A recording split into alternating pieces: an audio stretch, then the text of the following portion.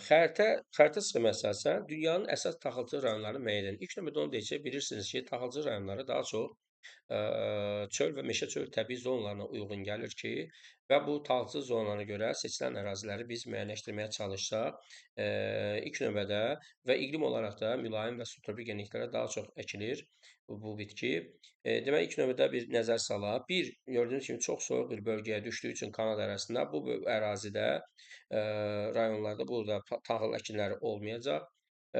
4, bəli, bu ərazidə çöl təbii zonası var. ABŞ ərazisində, bəli, burada çöl təbii zonasını və biz götürüb və orada taxıl əkinlərini misal çəkə bilərik. 2, Lapato bağdır. Bəli, burada da taxıl əkinləri üstünlük təşkil edəcəkdir və eynilə də biz burada doğru bənd kimi böyük Çin düzənliyini, bəli, burada taxıl əkinlərinə əsas götürə bilərik. Demək ki, bizim doğru bəndimiz 2, 4, 5 olacaqdır.